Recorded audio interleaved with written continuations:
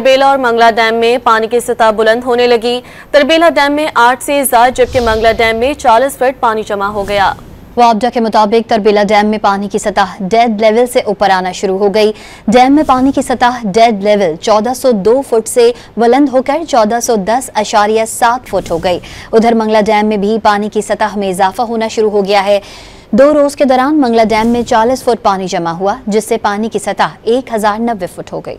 तरबेला और मंगला डैम में पानी की सतह बुलंद होने लगी। तरबेला डैम में 8 से ज्यादा जबकि मंगला डैम में 40 फीट पानी जमा हो गया।